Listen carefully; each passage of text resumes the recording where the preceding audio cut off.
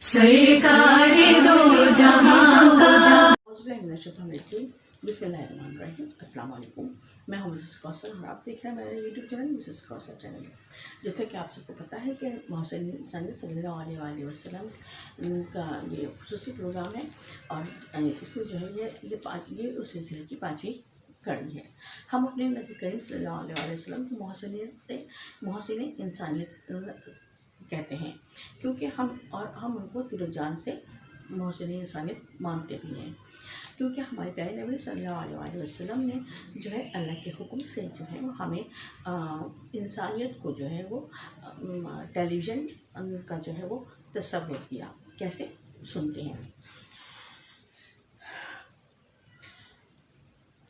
ये हमारी ज़ाहरी आँख का टेलीविज़न था और किसी मैकेनिकल आले के ज़रिए ना था, ना तो कोई इसका नश्र स्टेशन था और ना कोई वसूल करने वाला स्टेशन, यानी कि ना तो कहीं से ये जो कुछ भी दिखाया गया नबी करीम सल्लल्लाहु अलैहि वसल्लम को, ना तो ये कहीं से नशर होता था और ना ही कहीं से ये रिसीव किया जाता था या मौसूल होता था। ठीक है, तो पैगम्बर इस्लाम सल्लल्लाहु अलैहि वसल्लम की नबुव्वत के 12वें साल में आप सल्लल्लाहु अलैहि वसल्लम को रात के वक्त यरूशलेम की मस्जिद अक्सा यानी बैतुल अक्सा तक पहुँचाया गया, जहाँ से आप सल्लल्लाहु अलैहि वसल्लम को आसमानों पर ले जाया गया। आप सबको पता है कि ये वाक़या मेराज है। जब हुज़ूर सल्लल्लाहु अलैहि वसल्लम ये वाक़या मेराज बयान किया, यानी कि लोगों में जब आया, जब आपने कहा कि अल्लाह ताला ने मुझे मेराज अता फरमाई, बुलंदी अता फरमाई और मुझे आसमानों की सैर के लिए बुलाया गया था, तो उन्होंने जो है वो कहा कि अगर आप मस्जिद अक्सा गए थे तो मस्जिद अक्सा का नक्शा बयान करें। उसी लाए अल्लाह ताला ने आप सल्लल्लाहु अलैहि वसल्लम को